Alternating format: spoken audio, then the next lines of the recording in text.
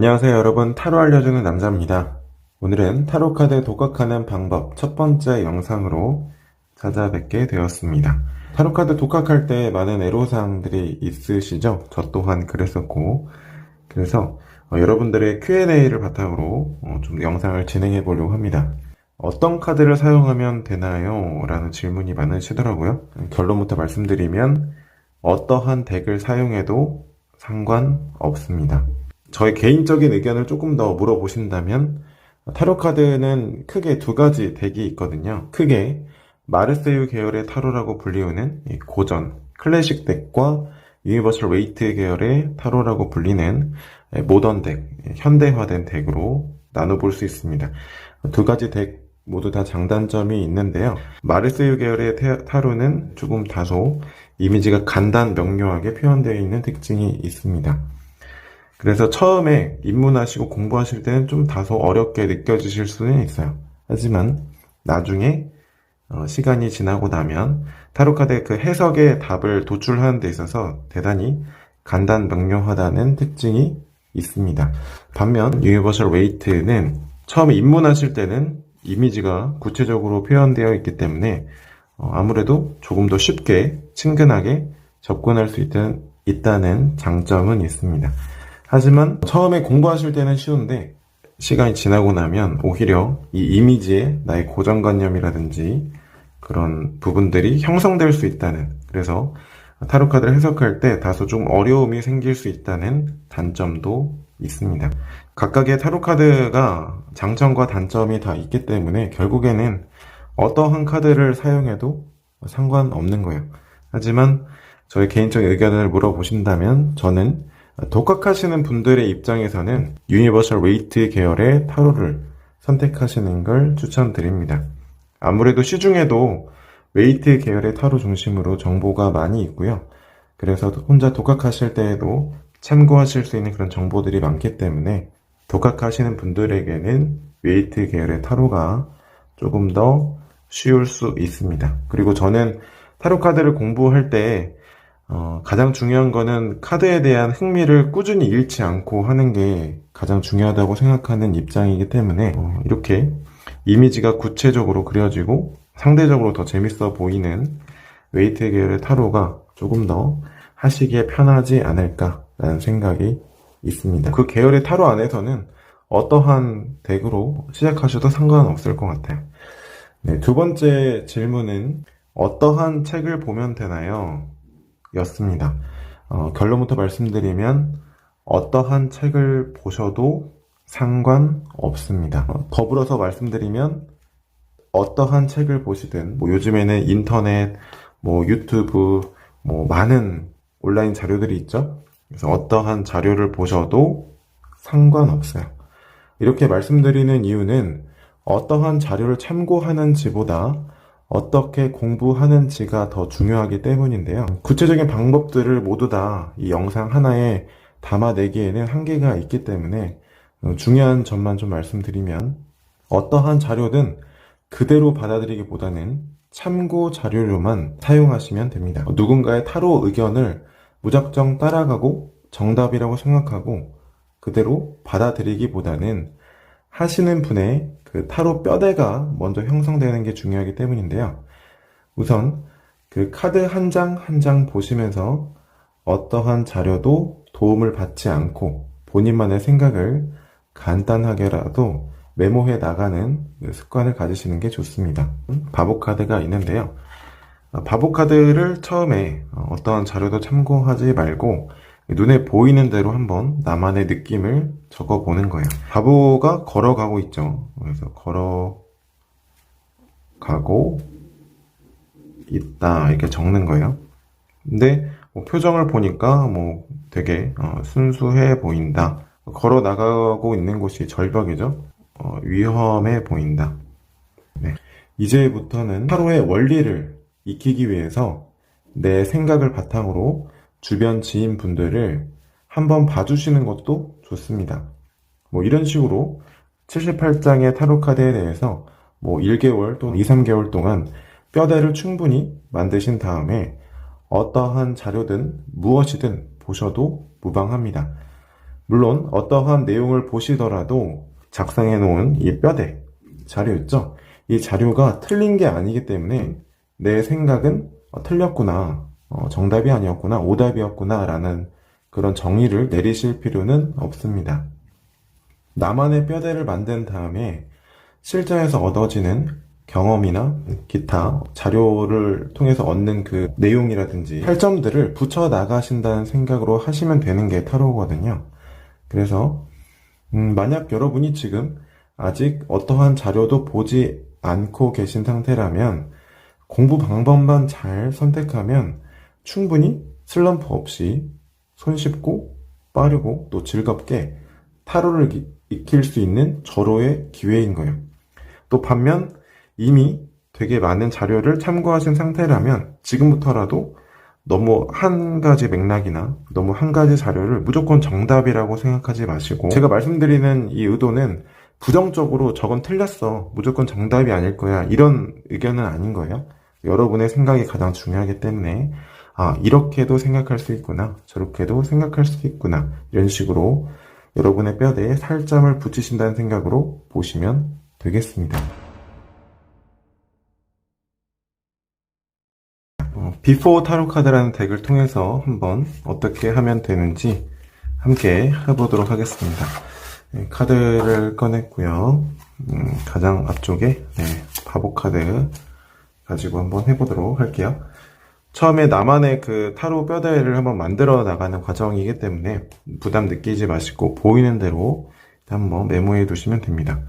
보니까 한 인물이 흰색 입고 장미처럼 보이는데 이 장미를 향해서 손을 뻗고 다가가고 있죠. 그래서 꽃을 향해 손을 뻗고 다가가고 있다. 그렇죠? 다가가고 있다. 이렇게 메모하시면 됩니다. 어쨌든 손을 뻗든 꽃에다가 코를 들이대든 어쨌든 꽃 때문에 다가간다는 걸 표현한 거니까요. 저는 이제 손을 뻗는다라는 그 의미는 따로 메모를 하지 않았어요. 그리고 앞에 보니까 흰색 강아지가 있는데 강아지가 짖는 것처럼 보이기도 하고요. 아니면 알려주려고 하는 것 같기도 한데 어쨌든 강아지가 뭐라고 적을까요? 짖는다? 성낸다? 화낸다? 그냥 강아지가 심상치 않다. 이렇게 적겠습니다. 자, 이렇게 메모하시면 일단은 기본적인 뼈대는 완성하신 거예요. 되게 허무하죠? 네.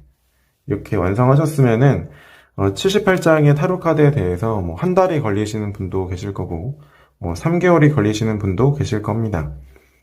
중요한 거는 도서관에 앉아서 이렇게 메모하듯이 하지 마시고요. 직장인이시라면 출퇴근길에 그냥 심심할 때 한 장씩 꺼내서 대신 꾸준히 이렇게 하시면 됩니다.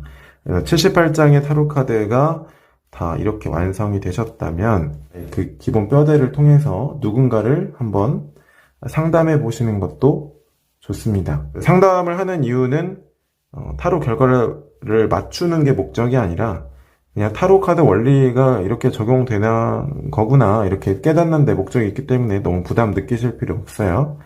그래서 누군가를 이렇게 좀 봐주고 일주일에 한 번도 괜찮고요. 아니면 2주에 한 번도 상관없습니다. 횟수보다는 그 원리가 대략 이런 거구나, 이렇게 깨닫는 데 목적이 있으니까요. 그거는 부담 없이 하시면 됩니다. 어쨌든 여기까지 따라오셨으면 그 다음에는 이제 자료를 보면서 살점을 붙여 나가시면 됩니다. 가장 손쉽게 구할 수 있는 게 카드를 사면 이렇게 영문 또는 국문으로 된 매뉴얼 해설서가 따라오죠. 이 내용을 보여드리면 좋은데 저작권의 문제도 있기 때문에 내용 중에서 참고할 만한 내용 위주로 한번 진행을 해보도록 하겠습니다. 내용을 보니까 더 풀이라는 이 인물은 행복한 방랑자이다. 그리고 멈춰서서 장미를 그 꽃향기를 맡을 수 있는 시간을 가지고 있다. 이 정도 의미가 있네요. 네, 그러면 멈춰서다라는 거는 어딘가로 가고 있었다는 의미잖아요. 그쵸? 가고 있는 상황이 아니었다면 굳이 멈추다라는 말을 하지 않았겠죠? 네. 영문 해설서에는 stop이라는 단어가 있어요. stop and smell 이라고 돼 있는데, 그쵸? 그 말은 냄새를 맡기 위해서 섰다라는 의미가 되기 때문에 어떤 목표 지점으로 가다가 중간에 냄새를 맡기 위해서 섰나 봐요. 그래서 요거 하나가 포인트가 있고, 또 밑에 보니까 키워드로 뭐 자유, 뭐 순수함, 뭐 방랑 뭐 이런 의미가 써져 있는데, 어쨌든 이런 키워드들의 의미의 어떤 공통점을 뽑아보면은 굉장히 어쨌든 뭐 순수하다는 의미죠. 순수하니까 또 자유를 누릴 수 있는 거고, 그쵸? 순수하고 자유롭고 뭔가 어딘가에 얽매이지 않은 이런 느낌이에요. 그쵸? 어딘가 얽매이지 않은 이런 의미가 있네요. 그러면 우리가 처음에 뼈대를 잡을 때 꽃을 향해서 다가가고 있는데, 그 다가가고 있는 이유가 어딘가로 가다가 이 꽃향기를 맡기 위해서 멈춰 쓴 거구나, 이런 살점을 붙여볼 수 있겠죠? 그 이유는 어딘가로 가면서도 그 목표라든지 본인 어떤 현실적인 그런 부분보다는 굉장히 얽매이지 않는 어떤 순수함의 성질을 가지고 있기 때문에 이런 행동을 하는 거구나 이해할 수 있습니다. 그렇죠? 그런데 밑에 보니까 강아지가 굉장히 심상치 않죠. 아마도 강아지는 이 바보 인물과 굉장히 성격이 다른가 봐요. 그래서 바보가 어느 길을 가다가 멈춰서서 굉장히 자기가 추구하는 바, 순수함에 꽂히게 되면 이쪽을 보지 마, 이렇게 말을 하는 친구일 수도 있고, 이 행동이 잘못됐다면 조언해주는 이런 역할일 수도 있을 것 같아요. 반대로 또 바보가 추구하는 그 이상향이라는 게 있을 텐데 너무 또 현실적인 조언을 하는 요소일 수도 있겠다, 이런 생각도 듭니다. 네, 여기까지 살점을 붙이셨다면 이제 바보 카드의 의미가 조금씩 더 이해가 되실 거예요. 그래서 숫자가 0이 적혀져 있는 거구나, 이렇게 알 수 있는 거죠.